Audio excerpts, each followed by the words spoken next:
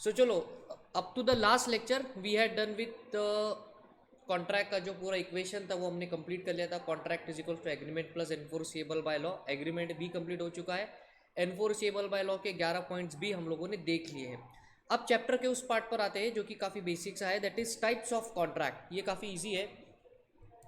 कितने टाइप के कॉन्ट्रैक्ट है, तो देखो बेटा ये जो टेबल है ये आपके सामने है, और हमारे सारे स्टूडेंट्स को मैं वापस एक बार बता दूं, आपका जो स्टडी मटेरियल है इंस्टीट्यूट से आया हुआ वही आपके लिए बेस्ट नोट्स अवेलेबल है ना। वही आपको रेफर करना चाहिए, बिकॉज बहुत अच्छी तरीके से आईसीएआई ने इसमें आपको कैटेगराइजेशन दिया है, कलरफुल करके दिया है, टेबल्स ड्रॉ कर दिया है, चार्ट्स फॉर्म में दिया हुआ है। तो इसको छोड़कर किसी और को कुछ भी आपको रेफर करने की यहाँ पर ज़रूरत नहीं है। चलिए देखते हैं। Now let us see what can be done. तो टाइप्स ऑफ कॉन्ट्रैक्ट बेसिकली तीन बड़े टाइप में कॉन्ट्रैक्ट को यहाँ पर डिवाइड किया गया। सबसे पहला है वैलिडिटी के ऊपर से, फिर फॉर्मेशन के बेसिस पर, और फिर परफॉर्मेंस के बेसिस पर। तो सबसे पहले हम लोग देखेंगे वैलिडिटी या एनफोर्सिएबिलिटी के ऊपर से। तो जैसा कि मैंने आपको कल के लेक्चर में बताया था कि there are basically main 3 types of contract, है ना। मेन 3 है, वैलिड, वॉइड एंड वॉइडेबल। उसके बाद आएंगे इलीगल एंड अनएनफोर्सिएबल। तो चलिए एक एक करके देखेंगे वैलिडिटी पर बेस्ड ये 5 टाइप के कॉन्ट्रैक्ट्स कौन से। तो सबसे पहला और सबसे सिंपल है वैलिड कॉन्ट्रैक्ट। सर अब ये वैलिड कॉन्ट्रैक्ट कौन से टाइप का कॉन्ट्रैक्ट होता है? बहुत ही सिंपल भाषा में, वैलिड टाइप का कॉन्ट्रैक्ट मतलब वो कॉन्ट्रैक्ट जहां पर ये चीज फॉलो हुई है, कॉन्ट्रैक्ट के सारे रूल्स एंड रेगुलेशन फॉलो, मतलब ये सारे चीज़ें। Contract is equals to agreement plus enforceable by law.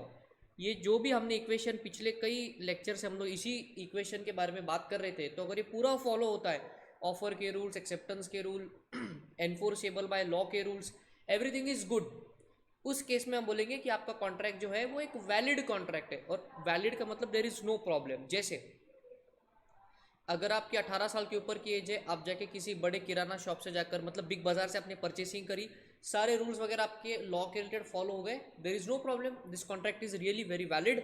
और इस पे अगर कोई झगड़ा होता है तो कोर्ट पर इसमें मुकदमा भी चलेगा, कोर्ट इसको एंटरटेन भी करेगा, because it is a valid contract.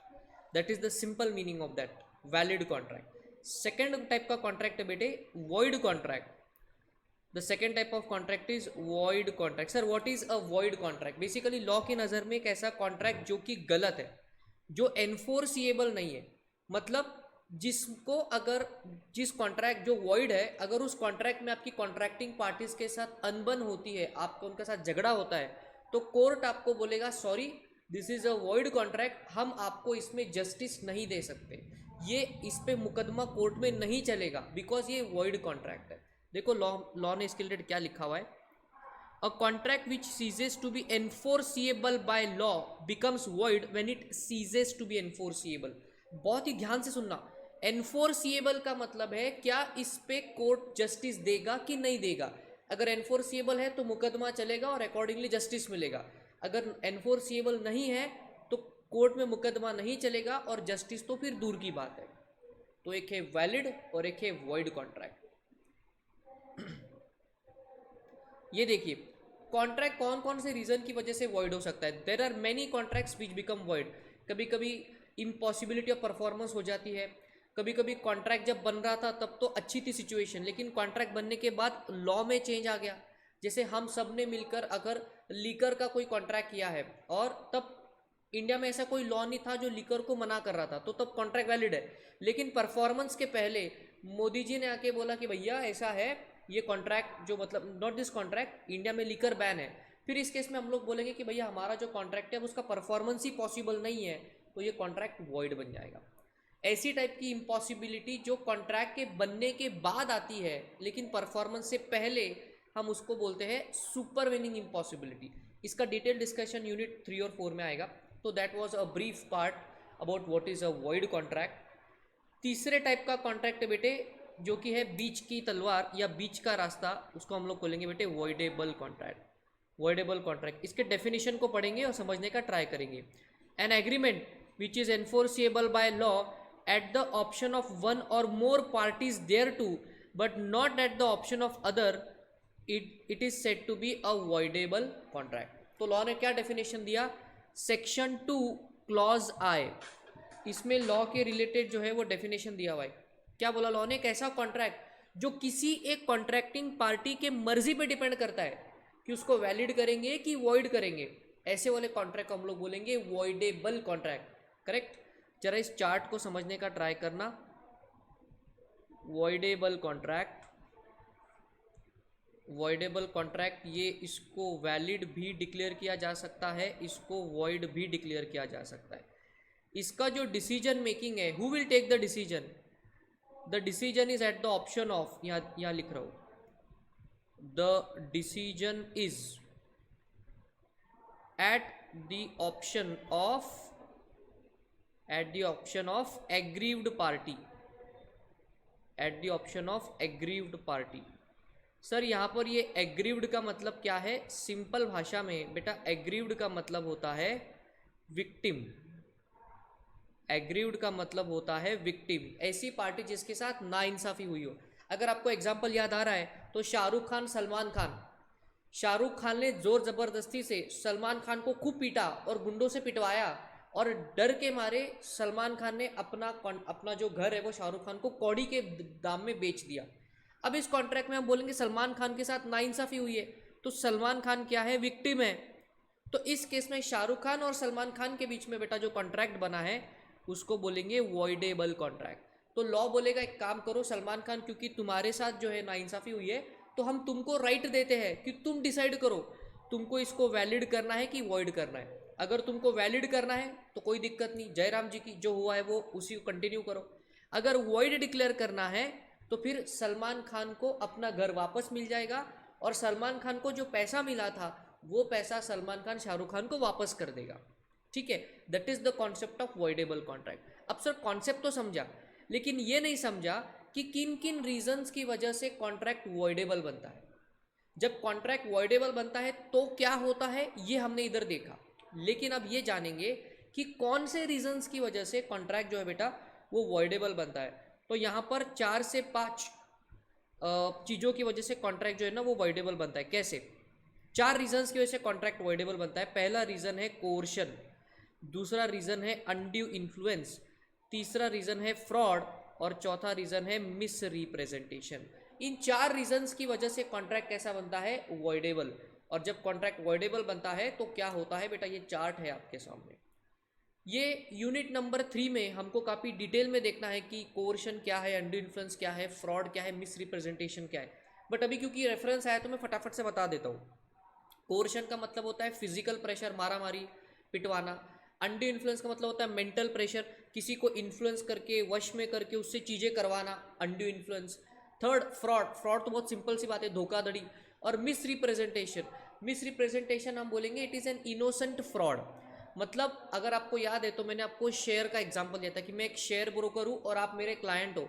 मुझे कहीं से आधी अधूरी न्यूज़ मिली और मैंने आपको बोला कि किसी XYZ कंपनी का शेयर परचेस करो, इसका प्राइस बहुत ऊपर जाएगा। आपने मेरे कहने पर शेयर परचेस करा, लेकिन मुझे भी पूरी इन्फॉर्मेशन नहीं थी और शेयर की प्राइस बढ़ने की बजाय वो घट गई, आपको भारी नुकसान हो गया। इस केस में हम बोलेंगे कि मैंने फ्रॉड करने का इंटेंशन नहीं था, लेकिन गलती से भी नहीं बोल सकते, मैंने ध्यान नहीं दिया, पूरी इन्वेस्टिगेशन नहीं करा और हवा में आपको बता दिया और उससे आपका नुकसान हो गया। So that is the concept of miss representation. तो इन 4 चीज़ों की वजह से कॉन्ट्रैक्ट वॉइडेबल बनता है, और जब कॉन्ट्रैक्ट बेटे वॉइडेबल बनता है तो क्या होता है, ये रिजल्ट है आपके सामने। डोंट वरी, इसका डिटेल डिस्कशन हमको जो है वो यूनिट नंबर 3 में करना है, तो जब उधर जाएंगे तब उसको आराम से देख लेंगे। ये देखो नीचे कुछ एग्जाम्पल दिया है, उस एग्जाम्पल को फटाक से रीड करेंगे और आगे बढ़ेंगे। X promised to sell his scooter to Y for ₹1 lakh. X ने Y को बोला चलो ले लो मेरी स्कूटर 1 लाख रुपए में। However, the consent of X has been procured by Y at gun point. इसका क्या मतलब है? Y ने X को बंदूक दिखाई, साला बेचता है कि नहीं स्कूटर की, ठोक दूं तेरे को यहाँ पे, ये वाला केस है। X is an aggrieved party and the contract is voidable at his option. His मतलब X, but not at the option of Y. It means if X accept the contract becomes a valid contract, then Y has no option of rescinding the contract. But अगर X इसको void declare करता है तो X को अपनी scooter वापस मिलेगी और Y को अपना पैसा वापस मिलेगा। That is the case जो मैंने आपको यहाँ पर बताया। So that was the concept of a voidable contract. ये देखिए void contract and valid contract के बीच का डिफरेंस, वॉइड एंड वॉइडेबल के बीच का डिफरेंस।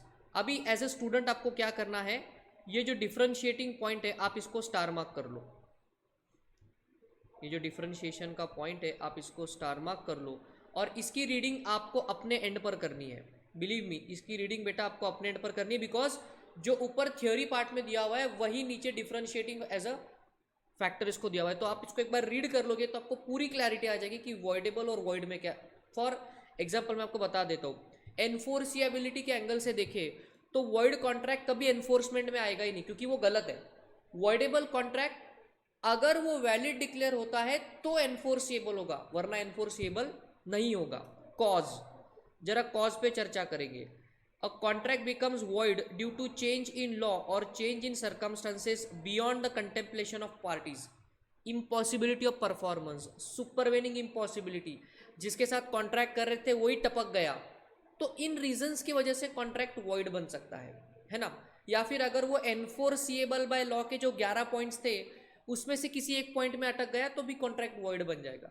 लेकिन वॉइडेबल कॉन्ट्रैक्ट कब बनेगा, केवल और केवल 4 रीजंस की वजह से। Consent of the party was not free, और consent of the party free कब नहीं रहती, 4 जब होती चीजें, कौन सी, coercion, undue influence, fraud and misrepresentation. तो दोनों का बनने का रीजन भी अलग अलग है।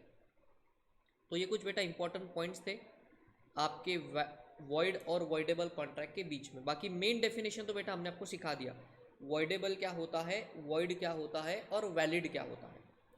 अब कुछ अलग टाइप के कॉन्ट्रैक्ट्स देखेंगे। अच्छा, व्हाट अबाउट राइट्स, चलिए राइट्स के बारे में भी चर्चा करेंगे। यहाँ पर है वॉइड कॉन्ट्रैक्ट और यहाँ पर है वॉइडेबल कॉन्ट्रैक्ट। वॉइड कॉन्ट्रैक्ट में क्या राइट्स आएंगे आपके पास, A void contract does not grant any legal remedy to any party। जब कॉन्ट्रैक्ट ही गलत है तो राइट का सवाल ही पैदा नहीं होता। लेकिन वॉइडेबल कॉन्ट्रैक्ट में एक पार्टी ऐसी है जिसके साथ नाइंसाफी हुई है, बेटा उसी पार्टी को हम लोग बोलते हैं विक्टिम, एग्रीव्ड पार्टी, तो उसको राइट मिलता है कि तू उसको वैलिड डिक्लेयर कर या वॉइड डिक्लेयर कर। अगर वैलिड डिक्लेयर करे तो कोई दिक्कत नहीं, वॉइड डिक्लेयर करा तो क्या होगा, फिर जिस भी पार्टी को जो भी बेनिफिट मिला है वो उसको वापस करना पड़ेगा। मतलब इमेजिन करो SRK और मतलब शाहरुख खान, सलमान खान, शाहरुख खान ने 10 रुपये देके सलमान खान का वो बंगला परचेस कर लिया, गैलेक्सी अपार्टमेंट जो है अपने सल्लू भाई का, वो परचेस करा। भी 10 रुपये उसकी कीमत तो भी है क्या, नहीं ना, लेकिन शाहरुख खान ने पिटवा के ले लिया। अब अगर जाकर के कोर्ट में सलमान खान बोलता है मैं लुट गया, बर्बाद हो गया, मेरे को नहीं करना कॉन्ट्रैक्ट, इसको वॉइड डिक्लेयर करो, तो जज क्या बोलोगे, ठीक है भैया सलमान खान की इच्छा सराखों पर, इसको वॉइड डिक्लेयर करो। फिर इस केस में क्या होगा, सलमान खान को अपना घर वापस मिलेगा और सलमान खान को जो 10 रुपये मिले थे वो 10 रुपये उसको शाहरुख खान को वापस भी देना पड़ेगा। ये राइट्स में डिफरेंस है वॉइडेबल में और वॉइड में। I hope you are understanding the point. चलिए, अगले टाइप का कॉन्ट्रैक्ट था इलीगल कॉन्ट्रैक्ट। अगले टाइप का कॉन्ट्रैक्ट है बेटे इलीगल कॉन्ट्रैक्ट। सर इलीगल का मतलब क्या होता है, what is the meaning of the term illegal, कुछ बताएंगे, मैं आपसे जवाब पूछना चाहता हूँ, कुछ बताओ आप। इलीगल, आपके मन में इलीगल के रिलेटेड क्या क्या लगता है आपको, क्या होगा इलीगल कॉन्ट्रैक्ट?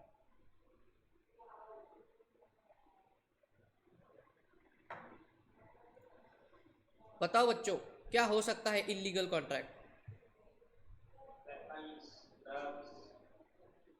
चरस, गांजे का धंधा करना, ड्रग्स का धंधा करना, चाइल्ड को, मतलब वो नहीं होता छोटे छोटे बच्चों को कहीं किसी दूसरे देशों में बेच देते हैं, वो स्लेवरी वाला जो पार्ट है, ऐसी चीज़ें करना। तो बेसिकली इलीगल कॉन्ट्रैक्ट मतलब वो कॉन्ट्रैक्ट, उन सभी चीज़ों में कॉन्ट्रैक्ट करना जिसको लॉ की परमिशन नहीं है। समझे आप?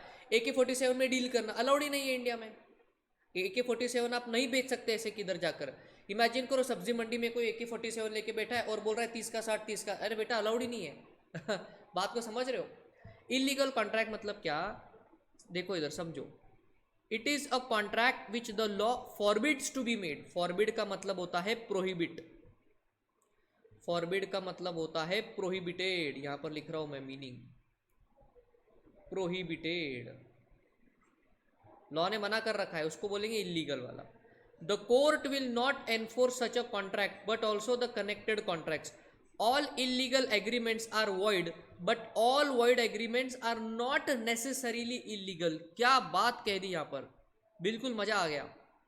इस लाइन को अंडरलाइन करो, इस लाइन को अंडरलाइन करो. कभी कभी एग्जाम में यही क्वेश्चन पूछते, explain all illegal contracts are void but all void contracts are not illegal. देखिए कुछ एग्जांपल मैं दूंगा. जैसे मैंने और मोहित ने AK-47 का कॉन्ट्रैक्ट करा, ये कॉन्ट्रैक्ट इलीगल है तो वॉइड भी है, सिंपल बात. ओके, मैंने किसी XYZ पर्सन के साथ 50 टन आलू का कॉन्ट्रैक्ट करा. डिलीवरी के पहले वो XYZ पर्सन टपक गया, मर गया वो. अभी क्या ये परफॉर्मेंस पॉसिबल है क्या? नहीं. कॉन्ट्रैक्टिंग पार्टी ही दुनिया से टपक गई है, अल्लाह को प्यारी हो चुकी है.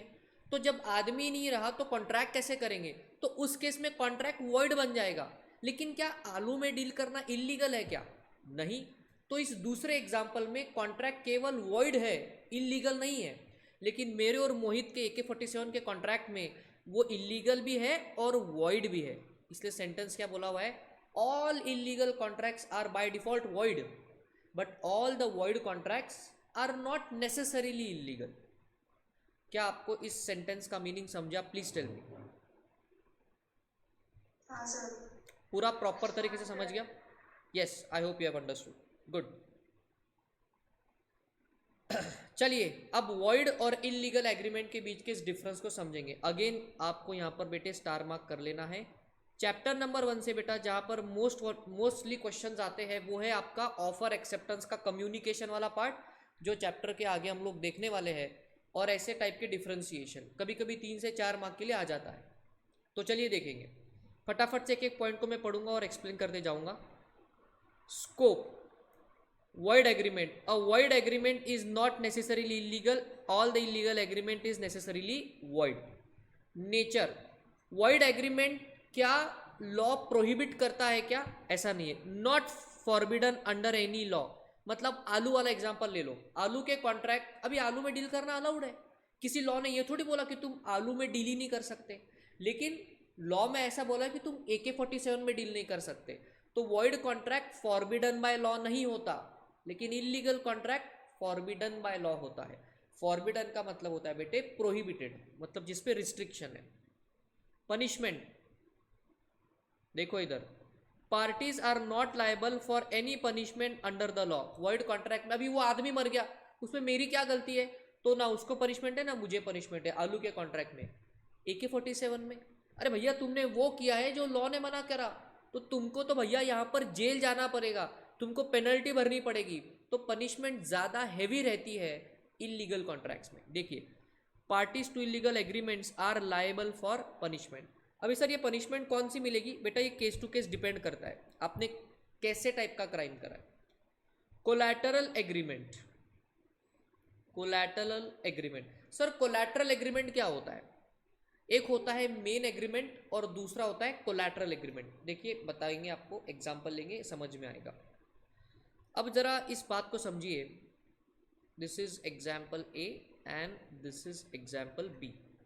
ठीक है, पहला एग्जाम्पल किसका है? AK-47 contract. ठीक है, और दूसरा एग्जाम्पल किसका है? पोटैटो का. दूसरा एग्जाम्पल पोटैटो का है. ये क्या है? इलीगल है और ये वॉइड बन चुका है. ये इलीगल है एंड वॉइड है, ये केवल वॉइड है. ठीक है, यहां तक की कहानी तो हमको क्लैरिफाइड है. अब हम बात करेंगे कोलैटरल एंड मेन कॉन्ट्रैक्ट की. अब क्या होता है, मेरे और मोहित के बीच में AK-47 को लेकर के डील हुई है. मोहित मुझे AK-47 जो है वो बेचने वाला है और मुझे उसका पेमेंट करना है. ठीक है, अब AK-47 बहुत महंगी थी, पेमेंट था 50 करोड़ का. 50 करोड़ का. तो मैंने क्या बोला मोहित को, तो देखिए मेन कॉन्ट्रैक्ट था,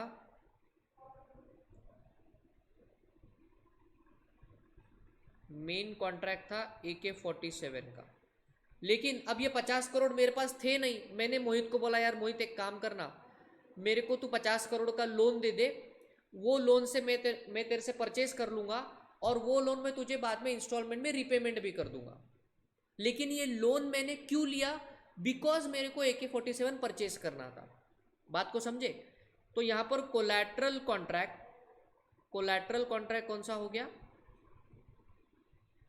loan of ₹50 crore.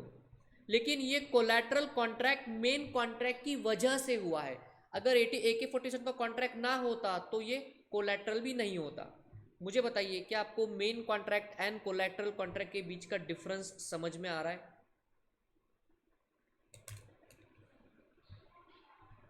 Are you getting this difference between the main contract and the collateral contract?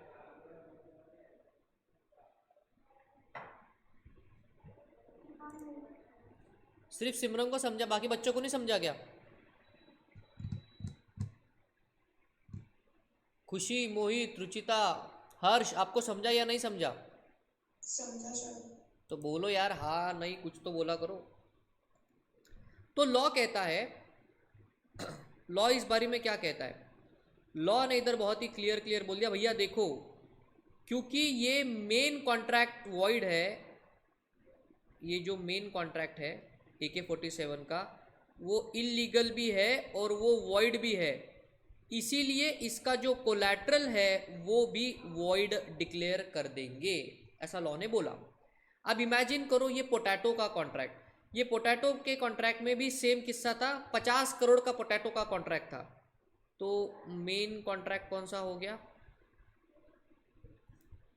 Main contract potato, कीमत कितनी? 50 करोड़। तो मैंने जो सेलर उसको बोला मेरे पास इतना पैसा नहीं है, तू 50 करोड़ का लोन दे दे, मैं तेरे से ये जो है परचेज कर लूंगा, और जो 50 करोड़ है मैं तेरे को धीरे धीरे लोन में रिपेमेंट कर दूंगा। तो कोलैटरल कॉन्ट्रैक्ट कौन सा हो गया? कोलैटरल कॉन्ट्रैक्ट लोन का हो गया, लोन ऑफ 50 करोड़। ठीक है। अब बाद में क्या हुआ? वो आदमी टपक गया या कुछ प्रॉब्लम हो गया।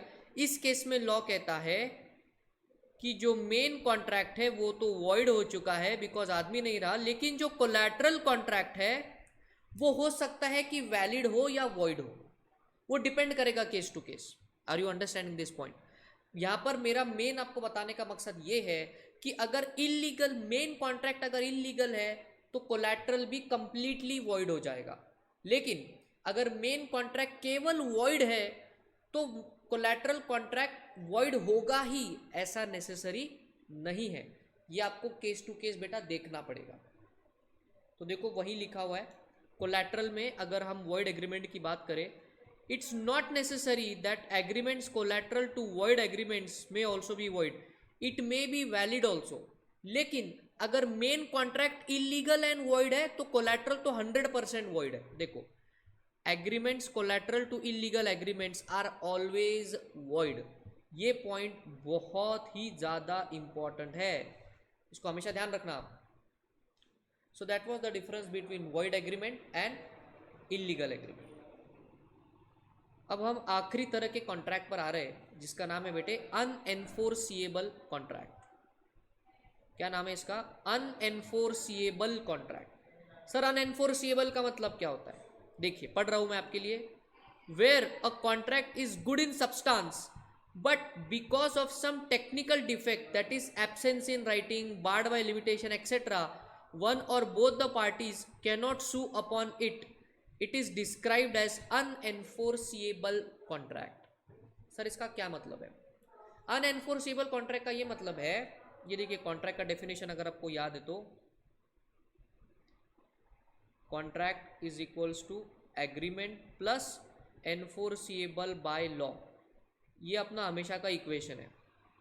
एक ऐसा कॉन्ट्रैक्ट है जो इस इक्वेशन में आ रहा है और वो नॉर्मल भी है, मतलब उसमें कोई दिक्कत वाली बात नहीं है, लेकिन कुछ टेक्निकल डिफिकल्टी की वजह से इस एनफोर्सिएबल लॉ के जो 11 पॉइंट्स है उनमें से किसी एक पॉइंट में वो अटक गया।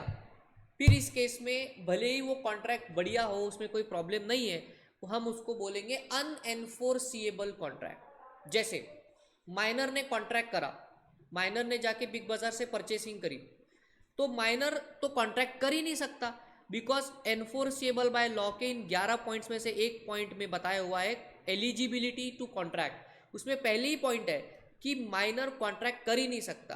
तो भले ही बिग बाजार से परचेस करना इज अ गुड थिंग, लेकिन माइनर वो कॉन्ट्रैक्ट नहीं कर सकता, इसलिए वो अनएनफोर्सिएबल है। बात को समझे कि नहीं समझे? देखिए एग्जाम्पल ऊपर भी लिखा हुआ है।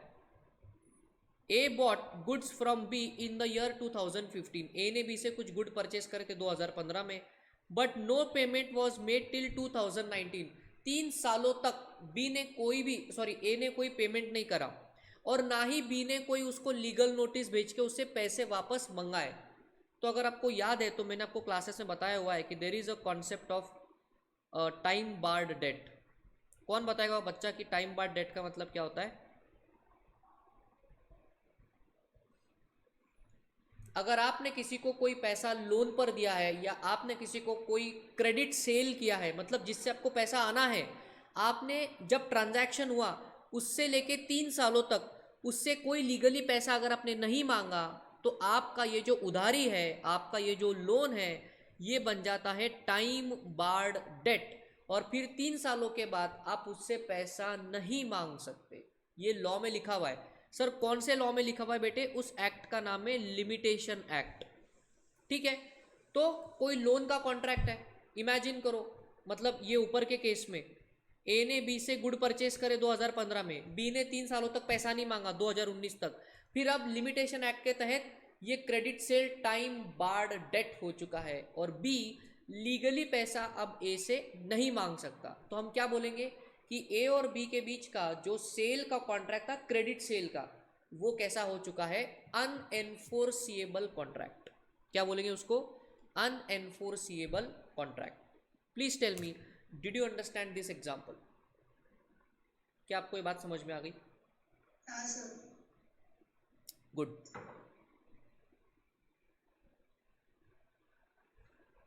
सो यहाँ पर हम वापस चार्ट्स पर आएंगे। देखिए बेटा, चार्ट्स में हम लोग जैसे आते हैं ना, थोड़ा सा ट्रैक रहता है कि हम क्या पढ़ रहे हैं।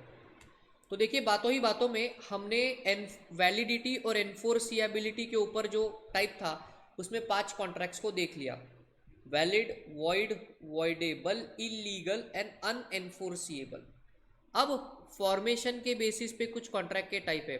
Express contract, implied contract, quasi contract and e commerce वाले कॉन्ट्रैक्ट। अब इन कॉन्ट्रैक्ट की स्टडी करेंगे। सिर्फ छोटा छोटा एक्सप्लेनेशन है, कोई बहुत ज़्यादा कॉम्प्लिकेशन नहीं है इसमें।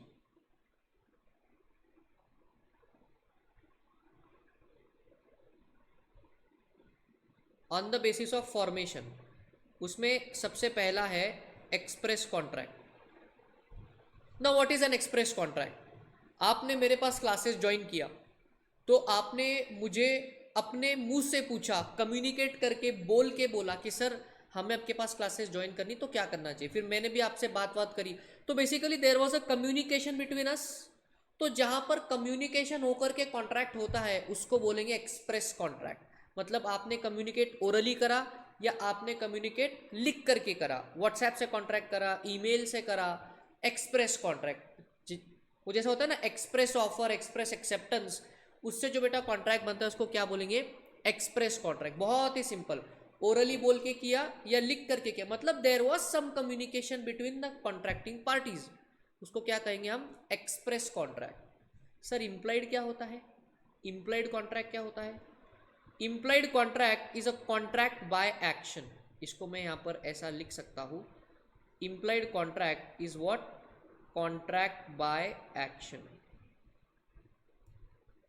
Contract by action. अगर आपको याद है तो मैंने इम्प्लाइड ऑफर और इम्प्लाइड एक्सेप्टेंस के टाइम पे आपको एक एग्जांपल दिया था कि आप रेस्टोरेंट में जाकर टेबल पर बैठते हो, ये आपका इम्प्लाइड ऑफर जाता है उस रेस्टोरेंट वाले को कि हमको खाना खाना है। फिर वहां पर वेटर आता है और ऐसे पानी का ग्लास आपके टेबल पर रखकर वो चला जाता है और कुछ नहीं कहता, तो उसका ये पानी का ग्लास आपके टेबल पर रखना, ये क्या है? अपने आप में इम्प्लाइड एक्सेप्टेंस है। ठीक है, तो यहां पर बेटा जो कॉन्ट्रैक्ट आप दोनों के बीच में बना है उसको क्या बोलेंगे? इम्प्लाइड कॉन्ट्रैक्ट, जिसमें ना आप कुछ बोल रहे हो ना वो कुछ बोल रहे हैं, लेकिन आपकी एक्शंस सब कुछ बयां कर रही है। पेट्रोल पंप का एग्जांपल, आप पेट्रोल पंप पे गए, आपने बोला, मतलब ये क्या था? 400 का पेट्रोल डाल दे। उसने भी पेट्रोल का पाइप निकाला, पेट्रोल भर दिया, पैसे ले लिए, वो भी चुप, आप भी चुप, लेकिन आपकी एक्शंस क्या कहती है? कि ये कॉन्ट्रैक्ट कंप्लीट हो चुका है। और ये किस टाइप का कॉन्ट्रैक्ट है? एक्सप्रेस नहीं है, इसको बोलेंगे इम्प्लाइड कॉन्ट्रैक्ट, दूसरी भाषा में कॉन्ट्रैक्ट बाय एक्शन। तो यहाँ पे आप हमारे एग्जाम्पल लिख सकते हो, रेस्टोरेंट वाला और पेट्रोल पंप वाला। यहाँ पर इंस्टीट्यूट ने बहुत बढ़िया सा कुली वाला एग्जाम्पल दिया। उन्होंने बोला कि आप किसी रेलवे स्टेशन पर उतरते हो, लेट अस से फॉर एग्जाम्पल आप न्यू दिल्ली के रेलवे स्टेशन पर गए, जो कि बहुत बड़ा रेलवे स्टेशन है, 16 प्लेटफॉर्म्स आर देयर। कितने प्लेटफॉर्म है? 16 प्लेटफॉर्म। मतलब समझ रहे हो आप कितना बड़ा ये रेलवे स्टेशन है। वहाँ पर आप बहुत सारा सामान लेके उतरे और एक बाहर जोर से कूली भागता हुआ आपके पास आया, आपने कुछ नहीं बोला, उसने कुछ नहीं बोला, उसने फटाफट से आपका सामान उठाया, सर पे रखा, कुछ सामान हाथों में पकड़ लिया, कुछ कंधों पे टांग लिया और वो आगे आगे चलने लगा। आपने उसको मना भी नहीं करा, आप भी उसके पीछे पीछे चलने लगे और आप दोनों रेलवे स्टेशन के बाहर पहुंच गए। मुझे बताइए, क्या आपके बीच ऑफर एक्सेप्टेंस हो चुका है? क्या कुली के बीच और आपके बीच ऑफर एक्सेप्टेंस हो चुका है या नहीं हो चुका है? यस, आपकी एक्शन ही वैसी है। वो सामान उठा रहा था तब आपने कुछ नहीं बोला और उसने भी आपसे पूछा नहीं, तुरंत आपका सामान उठा लिया और आप दोनों साथ में चलते चलते वो प्लेटफॉर्म के बाहर चले गए। ये है आपके बीच में implied contract, that is contract by action. अभी अभी जो मैंने बेटा आपको एग्जांपल दिया वो एग्जांपल यहीं पर प्रिंटेड है, ठीक है। So that was that contract. अब इसमें थोड़ा सा एक स्पेशल टाइप का कॉन्ट्रैक्ट आ रहा है, इसलिए उसको मैं थोड़ा सा अलग कलर यूज़ करूँगा और हम उसको बोलेंगे tacit contract. We will call it tacit contract, contract in silence. Contract in silence, देखो क्या लिखा हुआ है। The word tacit means silent. Tacit contracts are those that are inferred through the conduct, मतलब एक्शन। यहां पर फिर से लिख दूं action of the parties without any words spoken or written. A classic example of tacit contract would be when cash is withdrawn by a customer of the bank from the automated teller machine, या कह लो उसको ATM। जब ATM पर जाकर आप cash withdraw करते हो तो बेसिकली आप बैंक के साथ कॉन्ट्रैक्ट ही कर रहे हो ना। आपने ATM कार्ड डाला, आपका पिन डाला, वो पासवर्ड वगैरह सब डाला, फिर आपने बोला कि एग्जाम्पल आपका सपोज 5,000 रुपये निकालने थे, आपने 5,000 रुपये निकाले, आपको रिसीट आ गई कि 5,000 डेबिटेड और आपका अकाउंट का बैलेंस आपको मिल गया। तो ना बैंक ने कुछ बोला ना आपने कुछ बोला, लेकिन ये कॉन्ट्रैक्ट चुपचाप हो गया, उधर बैंक था ही नहीं। तो ये एटीएम वाले जैसे जो ट्रांजैक्शन है बेटा, उसको हम लोग बोलते हैं टैसिट कॉन्ट्रैक्ट। सर इसका एक और एग्जांपल क्या हो सकता है? Online transaction. ऑनलाइन जब आप बैंक में जाकर किसी को एनईएफटी करते हो, आरटीजीएस से पेमेंट करते हो, बात को समझे, basically that is what is a tacit contract. एक और एग्जांपल लेता हूँ, और आपने अपने मोबाइल फ़ोन का रिचार्ज किया, आपके पास अंबानी जी का जियो का फ़ोन था, जियो के ऐप पर जाकर आपने अपने मोबाइल का रिचार्ज कर लिया, तो आपने मुकेश अंबानी को थोड़ी फ़ोन करा, ओए मुकेश भाई मैं जो है यहाँ पर रिचार्ज कर रहा हूँ, मेरे को क्रेडिट दे दे। आप ऐसा करते हो क्या? नहीं करते ना। आप क्या करते हो? चुपचाप से जाओगे वहाँ पर जो है ऑनलाइन पेमेंट कर दोगे। तो जियो कंपनी और आपके बीच साइलेंट में कॉन्ट्रैक्ट हो चुका है, उसको हम क्या बोलेंगे? Tacit contract. इस बात को ध्यान रखना। एग्जाम्पल एक एटीएम का है और दूसरा example mobile recharge, online mobile recharge, ऐसा लिख लो उधर example. That can also be an example of a tacit contract. बोलो बोलिए, कोई कुछ बच्चा डाउट पूछ रहा था। इम्प्लाइड कॉन्ट्रैक्ट है। इम्प्लाइड, सर जो इम्प्लाइड कॉन्ट्रैक्ट है और टैसिट कॉन्ट्रैक्ट है उनमें ज़्यादा फर्क नहीं है? ज़्यादा फर्क नहीं है। देखो जो टैसिट कॉन्ट्रैक्ट है वो 100% इम्प्लाइड कॉन्ट्रैक्ट ही है, लेकिन थोड़ा सा स्पेशल कैटेगरी है। बात समझे नहीं समझे? वो इम्प्लाइड कॉन्ट्रैक्ट ही है लेकिन थोड़ा सा साइलेंट वर्ड ज़्यादा है। नॉर्मल इम्प्लाइड में क्या हो रहा है? There is some action from other party, from your side as well. Tacit contract में एक साइड से एक्शन हो रहा है, दूसरे साइड से कंप्लीट साइलेंस है, लेकिन कॉन्ट्रैक्ट हो रहा है, इसलिए उसको थोड़ा सा अलग कैटेगरी दिया गया, tacit contract. all the tacit contracts are by default implied contracts. Doubt solve? इसलिए देखो उसका कुछ अलग टाइप नहीं है, उसको इम्प्लाइड के अंदर ही रखा है, इंस्टीट्यूट ने भी उसको इम्प्लाइड के अंदर ही दिया है, कुछ उसका अलग टाइप नहीं बताया, लेकिन थोड़ा सा कैटेगरी स्पेशल है तो उसको नाम दे दिया टैसिट कॉन्ट्रैक्ट। तो अब तक हमने देखा एक्सप्रेस कॉन्ट्रैक्ट, फिर हमने देखा इम्प्लाइड कॉन्ट्रैक्ट, अब बात करेंगे क्वासी कॉन्ट्रैक्ट की। बहुत बढ़िया, quasi contract. Sir what is the meaning of the term quasi contract? जरा इसको बड़ा बड़ी तरीके से समझना। क्वासी कॉन्ट्रैक्ट एक ऐसा कॉन्ट्रैक्ट है, क्वासी कॉन्ट्रैक्ट एक ऐसा कॉन्ट्रैक्ट है जो कि नॉर्मल कॉन्ट्रैक्ट जैसा नहीं है, लेकिन फिर भी उसको कॉन्ट्रैक्ट बोलेंगे। क्वासी कॉन्ट्रैक्ट एक ऐसा कॉन्ट्रैक्ट है ना उसमें ऑफर होता है ना एक्सेप्टेंस होता है, कोई भी नॉर्मल जो कॉन्ट्रैक्ट के जो नॉर्मल रूल्स एंड रेगुलेशन है वो बिल्कुल फॉलो नहीं होता, लेकिन फिर भी उसको लॉ की नज़र में कॉन्ट्रैक्ट बोला जाता है। अच्छा सर ऐसा भी होता है? हाँ बिल्कुल होता है, कुछ एग्जाम्पल देंगे आपको। पहले तो उसका थोड़ा सा रीडिंग कर लेते हैं और आपको एक्सप्लेन करने का ट्राई करेंगे। बेटा देखो इधर, a quasi contract is not an actual contract, अभी मैंने आपको बोला, बिकॉज उसमें सारे रूल्स एंड रेगुलेशन फॉलो ही नहीं हो रहे, ना कोई ऑफर है ना कोई एक्सेप्टेंस है, कुछ भी फॉलो नहीं हो रहा, फिर भी ये कॉन्ट्रैक्ट है।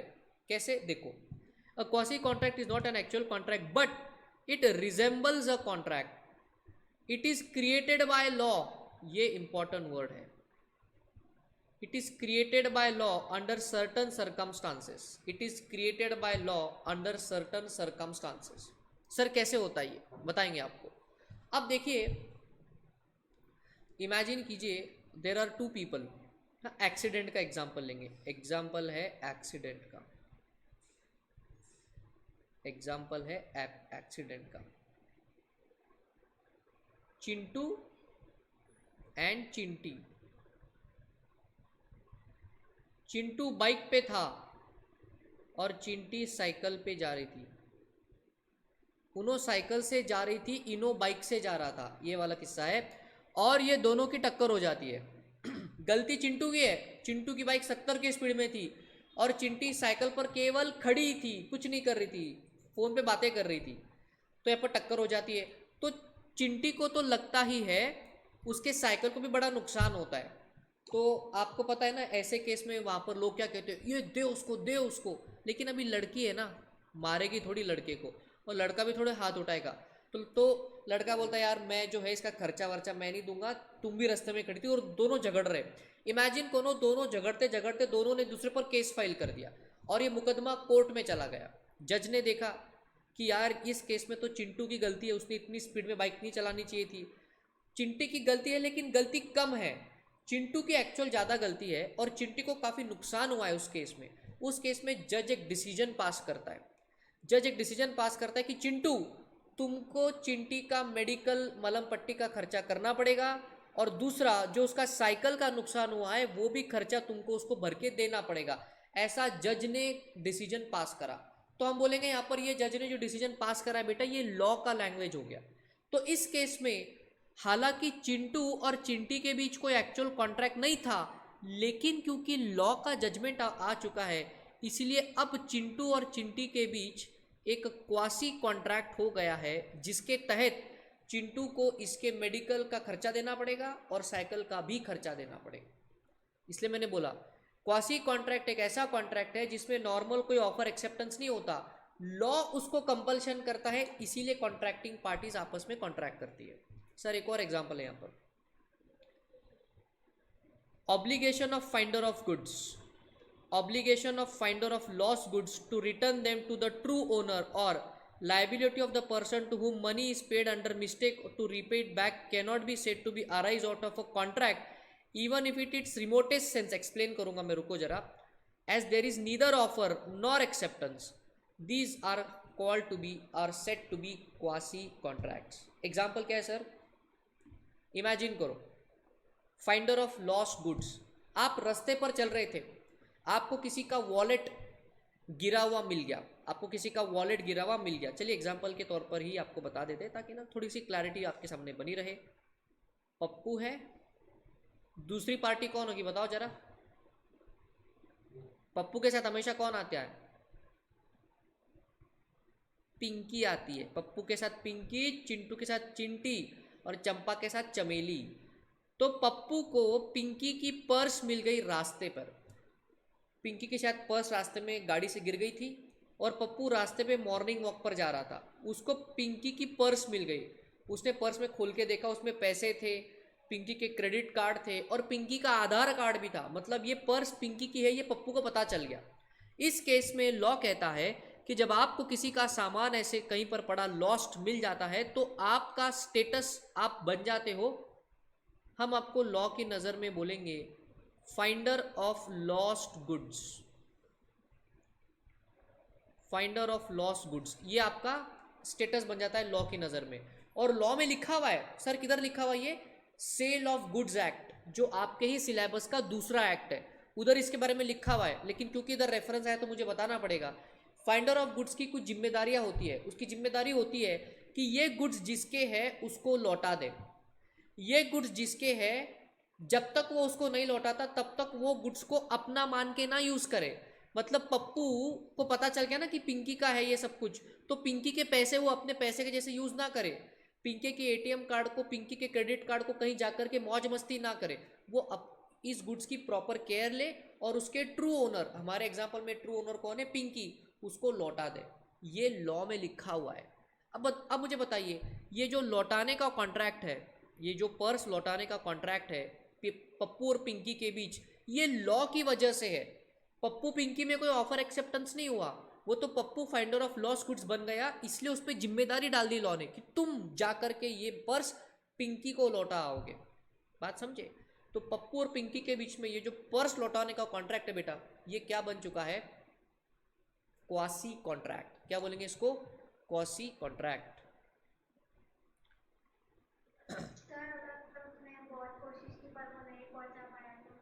बहुत बढ़िया, अगर उसने बहुत कोशिश करी लेकिन फिर भी अगर वो नहीं पहुंचा पाया तो उसको इसको पुलिस स्टेशन में दे देना चाहिए। लॉ कहता है कि आपका सामान नहीं है ना, आप इसको लॉ के जो है हवाले कर दो, फिर लॉ देखेगा उसका क्या करना, अपनी तरह उसको यूज नहीं करना। समझे? अभी आप बोलेंगे सर रियल वर्ल्ड में ऐसे कौन करता है, क्या बोल रहे हो? किसी को पता तो ही नहीं चलेगा ये रूल, मतलब हाँ ऑब्वियसली नहीं पता चलेगा, बट बेटे ऐसे तो बहुत सारे रूल्स हैं ना जो नहीं पता होते। जब ट्रैफिक का सिग्नल आप तोड़ते हो, फर्स्ट टाइम कभी तोड़ा होगा आपने, या फर्स्ट टाइम जब पुलिस ने आपको पकड़ा होगा और आपको बोला होगा बताओ आपकी गाड़ी के पेपर्स, तब आपको पता चला अच्छा गाड़ी के पेपर भी रखना होता है, मतलब। बात समझे? तो लॉ है, होता है, वो आपको पता नहीं, आपकी गलती है। करेक्ट, लॉ तो हमेशा है, आपको पता नहीं, आपकी गलती है। अभी देखो, इसमें से बहुत रिमोट पॉसिबिलिटी है कि कोई इतना सज्जन है जो ये चीज़ वापस लौटाएगा, और कोई नहीं लौटाया तो किसी को पता भी नहीं चलेगा कि ये किसको मिला है। लेकिन अंडरस्टैंड, जब लॉ बनाया जाता है तो जनहित में जारी, ये फीलिंग उसमें आनी चाहिए, इसलिए लॉ ऐसा बनाया हुआ है। Are you understanding? खुशी, आपका डाउट क्लियर हुआ? हाँ सर। आपकी बात 100% करेक्ट है, मैं मानता हूं कि कोई भी रहेगा तो नहीं लौटाएगा, लेकिन अब लॉ में ऐसा लिखा है तो हमको पढ़ना है। चलिए, फोर्थ टाइप का कॉन्ट्रैक्ट है ई कॉन्ट्रैक्ट्स। बेसिकली ई कॉन्ट्रैक्ट्स मतलब क्या, जो इलेक्ट्रॉनिक मीडियम से किए जाते हैं। करेक्ट, जैसे आपने हमारी अगर ऑनलाइन क्लासेस परचेज करी तो क्लासेस भी आपको डिजिटल मिली, आपने पैसा भी हमको डिजिटल मोड से दिया, तो this is an e contract. आपने अमेजॉन फ्लिपकार्ट पर जाकर ऑनलाइन परचेज करा, पेमेंट भी आपने ऑनलाइन करा, उन्होंने आपको कन्फर्मेशन और कॉन्ट्रैक्ट भी आपका सब कुछ ऑनलाइन हो गया। सो ऐसे कॉन्ट्रैक्ट जो कि टेक्नोलॉजी की मदद से ऑनलाइन होते हैं उसको हम लोग क्या बोलेंगे, ई कॉन्ट्रैक्ट्स। अच्छा, सारे बच्चों को तो ये पता होगा, Amazon Prime Video, Netflix, Sony LIV, Hotstar, ये सब नाम आपने सुने होंगे।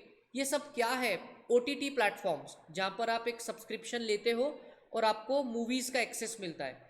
तो बेसिकली ना आप उनके पास गए ना वो आपके पास आए, आपने तो इलेक्ट्रॉनिकली कॉन्ट्रैक्ट कर लिया टेक्नोलॉजी की मदद से, तो वो सारे के सारे कॉन्ट्रैक्ट्स क्या बन जाएंगे, ई कॉन्ट्रैक्ट्स की कैटेगरी में आ जाएंगे। तो अगर आपको अच्छा लगता है तो एग्जांपल लिख लो, नेटफ्लिक्स का सब्सक्रिप्शन इसी में आएगा, अमेजॉन प्राइम वीडियो का सब्सक्रिप्शन इसी में आएगा, हॉटस्टार का इसी में आएगा, everything will fall under E contracts.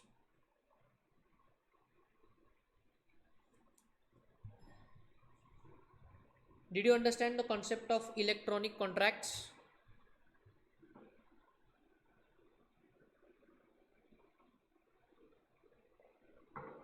I hope you have got it.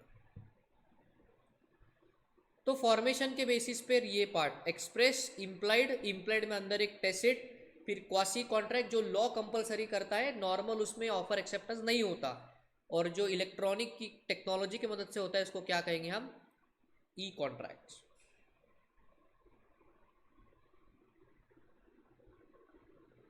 चलिए अब ये देखते हैं और आगे। बस बेटा अगले 10 मिनट में ये परफॉर्मेंस के टाइप पर जो इसका कैटेगराइजेशन है इसको हम सीखेंगे, and then we will end the class for today. चलिए बात करेंगे इसकी। परफॉर्मेंस के बेसिस पे एग्जीक्यूटेड अरे ये क्या हाइलाइटर यूज हो गया, एग्जीक्यूटेड कॉन्ट्रैक्ट, एग्जीक्यूटरी कॉन्ट्रैक्ट, उसमें एक है यूनिलैटरल एग्जीक्यूटरी, बायलैटरल एग्जीक्यूटरी। ये बड़ा सिंपल सिंपल है, इसको देखेंगे और फिर आज की क्लास को हम एंड कर देंगे।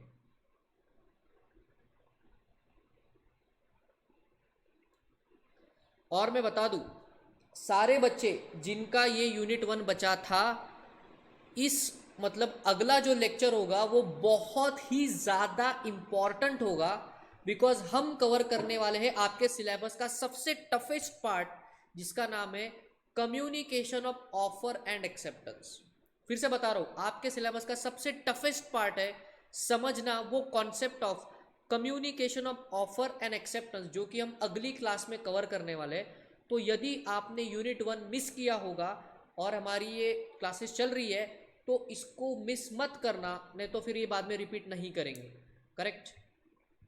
चलिए, on the basis of performance, सबसे पहला आपको दिख रहा है एग्जीक्यूटेड कॉन्ट्रैक्ट। रीड करेंगे और समझेंगे।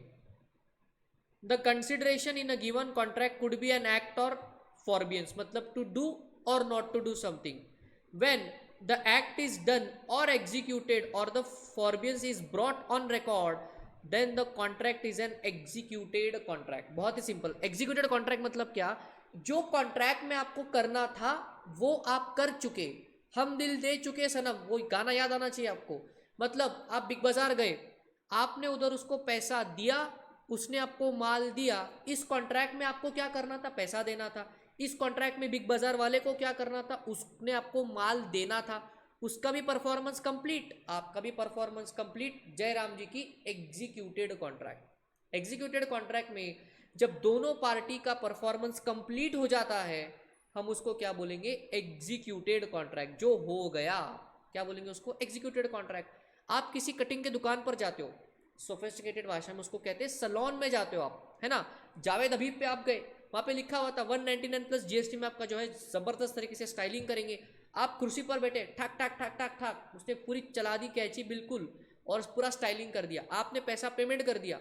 उस केस में हम लोग बोलेंगे it is an executed contract. उसने अपनी सर्विस दे दी, आपने उसका पैसा दे दिया। सिंपल।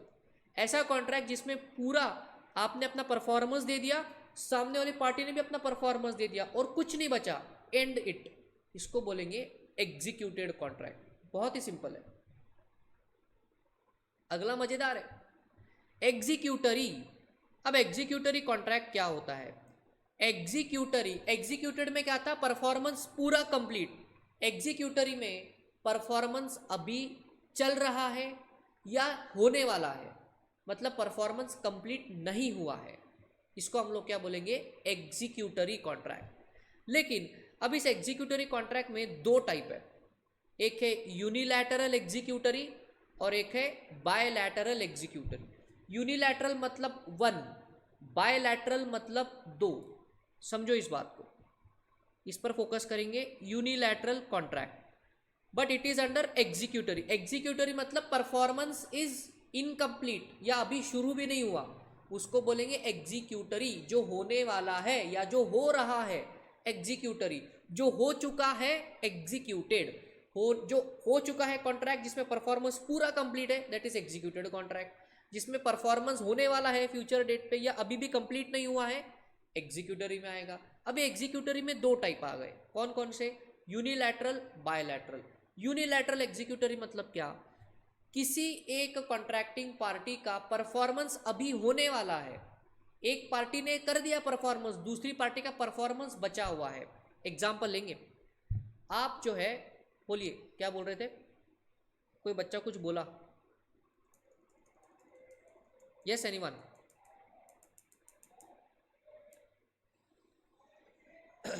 अभी देखिए यूनिलैटरल का डेफिनेशन क्या लिखा हुआ है। Unilateral contract is one sided contract in which one party has perform his duty और obligation and the other party's obligation is outstanding. Example लेंगे, आप बैंक के पास लोन लेने के लिए जाते हैं। हाँ, बैंक को आपने बोला मेरे को 5 करोड़ का लोन चाहिए। बैंक ने बोला ठीक है, आप जो है बैंक की फॉर्मेलिटीज कंप्लीट करो, आपके फाइनेंशियल स्टेटमेंट सबमिट करो, जो जो डॉक्यूमेंट्स बैंक को लगते हैं वो सबमिट करो, हम आपको लोन दे देंगे। आपने बैंक की पूरी रिक्वायरमेंट जो है वो कंप्लीट कर दी और आप लोन के लिए एलिजिबल भी हो गए। एग्जांपल लेंगे तो बैंक ने 5 करोड़ आपके अकाउंट में डाल दिए। फिर बैंक ने बोला ये 5 करोड़ आप हमें अगले 10 सालों में मंथली इंस्टॉलमेंट के बेसिस पर रीपे करना। लोन का कॉन्ट्रैक्ट ऐसे ही होता है, ऐसे ही होता है। तो इस केस में हम कहेंगे कि बैंक का परफॉर्मेंस क्या था, उसने आपको पैसा देना था। आपके साइड का परफॉर्मेंस क्या था, repayment was your part of performance. तो बैंक ने तो 5 करोड़ दे दिया, बैंक का परफॉर्मेंस कंप्लीट हो गया। अभी आपकी बारी है, आप परफॉर्मेंस फ्यूचर में देने वाले हो, अगले 10 सालों में उसका रीपेमेंट करने वाले हो। तो ये जो लोन का कॉन्ट्रैक्ट है बेटे आपके और बैंक के बीच में, it is a unilateral executory contract. क्या बोलेंगे हम उसको, यूनिलैटरल एग्जीक्यूटरी कॉन्ट्रैक्ट। अब जैसे यूनिलैटरल है वैसे बायलैटरल है। बायलैटरल में क्या होगा, कौन बच्चा बताएगा, बायलैटरल में क्या होगा?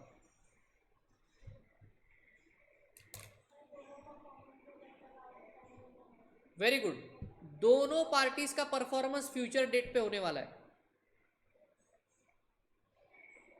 दोनों पार्टी का परफॉर्मेंस जो है वो फ्यूचर डेट पर होने वाला है। आज कुछ नहीं करा, आज केवल एक दूसरे से कस्मे वादे आपने करे।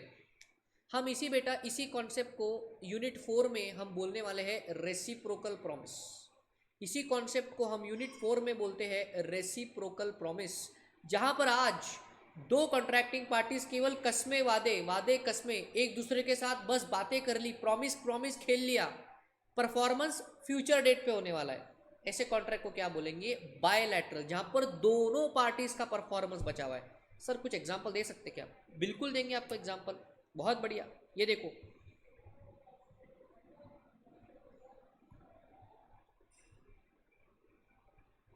ये है राजू और एक है फार्मर, है ना। राजू इज अ मर्चेंट जो कि अनाज में डील करता है, और फार्मर जो है ये वीट का फार्मर है, ठीक है।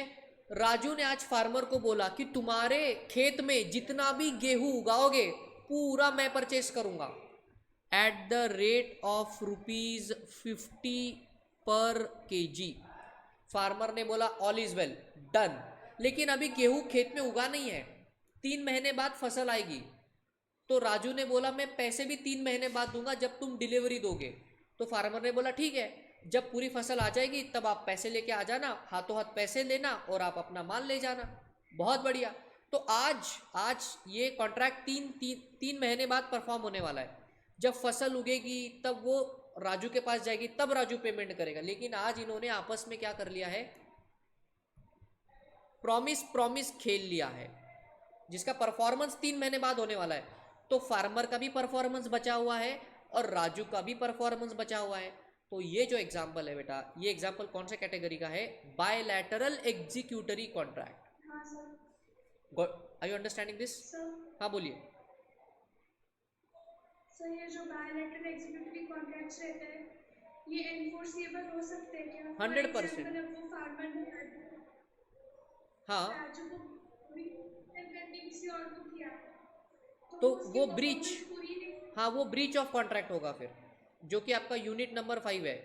कॉन्ट्रैक्ट की ब्रीच करते हो तो क्या होता है, आपने प्रॉमिस किया ना आज, तो कॉन्ट्रैक्ट तो बन गया बायलैटरल, जिसका परफॉर्मेंस बाद में होने वाला है। फिर आपने ये, इनका एक बच्ची का क्वेरी है कि सर फार्मर ने इसको प्रॉमिस करा कि 3 महीने बाद पूरी फसल तेरे नाम करूंगा, ठीक है। फसल जब आई, इस बीच फार्मर ने क्या करा, मेरे से कॉन्ट्रैक्ट कर लिया और मेरे को वो फसल दे दी। यही बोलना है ना आपका, राजू से उसने तोड़ दिया और मेरे को फसल दे दिया, यही आपका डाउट है? हाँ, तो इस केस में आप बोलेंगे फार्मर ने करा है ब्रीच ऑफ कॉन्ट्रैक्ट, वादा तोड़ा है उसने। क्योंकि बेटा वादे की भी एक वैल्यू है लॉ की नज़र में, हम उसको बोलते हैं रेसिप्रोकल प्रॉमिस, उसकी भी लीगल वैलिडिटी है। उसको आपने तोड़ा है तो हम उसको बोलेंगे that's an breach of contract. उस केस में Raju can claim damages from farmer. वो कैसे होता है, डैमेजेस करेगा या केस फाइल करेगा, कौन से टाइप का केस फाइल करेगा, कितने डैमेजेस होंगे, ये चैप्टर 5 में आने वाला है, मतलब यूनिट 5 में आने वाला है, जिसका टाइटल है remedies of breach of contract. Your doubt is absolutely correct. तो फार्मर ने ऐसे करा तो उसको बेटा ब्रीच ऑफ कॉन्ट्रैक्ट की कैटेगरी में चला जाएगा। अगर राजू को कॉन्ट्रैक्ट करना ही है तो हाँ, तो फिर अगर राजू को कॉन्ट्रैक्ट करना है तो राजू केस वैसा फाइल करेगा, हम उसको बोलते हैं that case is called as performance वाला केस, उसको बोलते हैं इंजंक्शन वाला केस फाइल करना, जहां पर सामने वाले पार्टी को मजबूर करोगे आप कि मेरे को चाहिए मतलब चाहिए, फिर वो कॉन्ट्रैक्ट लॉ ने भी उसको सपोर्ट करना चाहिए, समझ रहे हो? और सामने वाली पार्टी को रेडी नहीं है तो क्या होगा? तो लॉ उसको देगा ना सजा, फिर वो तो जज डिसाइड करेगा कि क्या करना है। हम उसको बोलते हैं बेटे suit of specific performance, technical भाषा में क्या बोलते हैं, suit for specific performance. Suit मतलब केस, स्पेसिफिक परफॉर्मेंस मतलब मेरे को सॉरी से काम नहीं चलेगा, मेरे को गेहूं चाहिए मतलब चाहिए। फिर आपको इस केस में कोर्ट में प्रूफ करना पड़ेगा कि आपके लिए गेहूं कितना जरूरी है। सिर्फ पैसे और डैमेजेस से आपका नुकसान भरपाई नहीं हो रहा, बात को समझे आप? ये आपको प्रूफ करना पड़ेगा कोर्ट में, जज के सामने, कि आपके लिए क्यों गेहूं नेसेसरी है। और फिर अगर जज को ऐसा लगता है कि वाकई में आपके लिए गेहूं बहुत नेसेसरी है, तो जज फार्मर को ऑर्डर करेगा कि अभी तुम गेहूं पाताल से लाओ कि स्वर्ग से लाओ, कहीं से लाओ, इनको उतना गेहूं तुमको लाके देना पड़ेगा। ये कोर्ट की ऑर्डर होती है, समझे? दैट इज दैट पॉइंट, उसको कहते हैं सूट ऑफ स्पेसिफिक परफॉर्मेंस। चलिए, that was the example and I guess आपके सारे डाउट सॉल्व हो चुके हैं। तो एग्जीक्यूटरी मतलब जहां पर परफॉर्मेंस इनकम्प्लीट है, अगर एक पार्टी का परफॉर्मेंस हो गया दूसरे का अभी नहीं कंप्लीट है तो यूनिलैटरल एग्जीक्यूटरी। दोनों पार्टी का परफॉर्मेंस अभी बचा हुआ है, फार्मर राजू काजू का एग्जांपल, तो आ जाएगा आपका बायलैटरल एग्जीक्यूटरी कॉन्ट्रैक्ट। तो एक बार चार्ट पे आएंगे फिर से। तो आज का जो लेक्चर है बेटा, इसमें हमने पूरी तरीके से इस चार्ट को कंप्लीट सेंस में कंप्लीट किया है। वैलिडिटी के ऊपर 5 तरह के कॉन्ट्रैक्ट, फॉर्मेशन के ऊपर 4 तरह के, और परफॉर्मेंस के ऊपर बेसिकली 2 ही है, एग्जीक्यूटेड एंड एग्जीक्यूटरी। फिर एग्जीक्यूटरी के अंदर 2 है, यूनिलैटरल एग्जीक्यूटरी, बायलैटरल एग्जीक्यूटरी। और आज का क्लास यही खत्म होता है, बाकी का जो है वो हम अगली क्लास में कवर करेंगे। Thank you.